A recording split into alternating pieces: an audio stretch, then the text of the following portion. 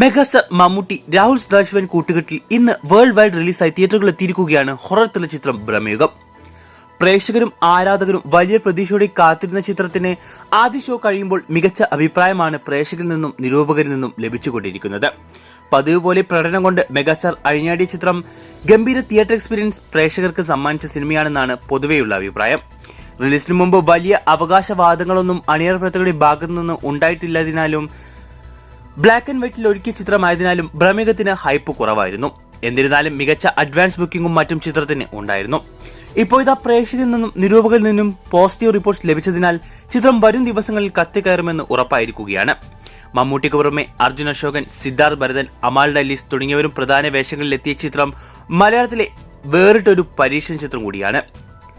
പ്രേക്ഷകരെ എക്സൈറ്റ് ചെയ്യിപ്പിക്കുന്ന പല ഘടകങ്ങളും അണിയർ പ്രവർത്തകർ ചിത്രത്തിന് ഒരുക്കി വെച്ചിട്ടുണ്ട്. സിനിമ കണ്ടവർ നിങ്ങളുടെ അഭിപ്രായം കമന്റ് ചെയ്യൂ.